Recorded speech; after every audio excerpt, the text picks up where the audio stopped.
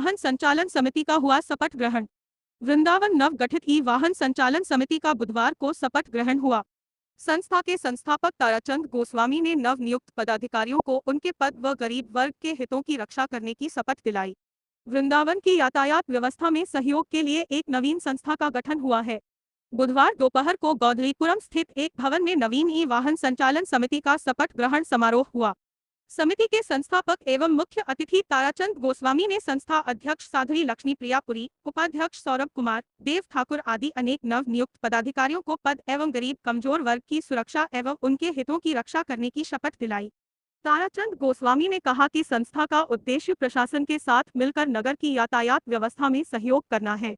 उन्होंने कहा कि उनका प्रयास रहेगा कि नगर में ई वाहन संचालन के लिए सबसे पहले वृंदावन के स्थानीय लोगों को ही वरीयता दी जाए। इस मौके पर संस्थापक ताराचंद गोस्वामी, साध्वी लक्ष्मी प्रियापुरी, उपाध्यक्ष सौरभ कुमार, उपाध्यक्ष देव ठाकुर, कोषाध्यक्ष बंटी सिंह, महासचिव मुनीश तिवारी, सचिव जगमोहन सिंह, प्रवक्ता अमित कुमार, शरद चौहान, रूप सिंह, रमन सिंह, योगेश आदि सभी वृंदावन वासियों को, ब्रजवासियों को राधे राधे। और ये जो संस्था है आज पहली बार रजिस्टर्ड होने के बाद में शपथ ग्रहण समारोह गोधूलपुरम वृंदावन में किया गया है। इसका नाम रखा है ई वाहन संचालन समिति, क्योंकि थोड़ा चेंज तो करना ही पड़ेगा। और हमारा जो देश है वह एक है कि गरीब, मजदूर, कमजोर के साथ में अन्याय नहीं होना चाहिए। हमारी प्रशासन से भी यही मांग है और हमारी समिति वालों से भी यही कहना है कि हमें कोई भी कार्य पूर्व में किया हुआ नहीं दोहराना है, ताकि लोग के पास में लोगों के विचार इसी प्रकार से न जाए के साथ वो भी इसी प्रकार की संचालन समिति थी, लेकिन हम लोग अलग। दूसरी चीज एक और है कि चाहे वो ही क्यों ना हो, सबको रूट दिया जाएगा, चाहे वो हमारा पक्ष का हो चाहे विपक्ष का हो, कोई भी हो, किसी के साथ मतभेद नहीं किया जाएगा। ये जो समिति बनाई गई है आपकी, या प्रशासन के साथ मिलकर काम करेगी या अपना निजी काम करेगी? नहीं, प्रशासन के बिना तो कुछ हो ही नहीं सकता है, क्योंकि हम लोग तो सिर्फ संचालन कर सकते हैं।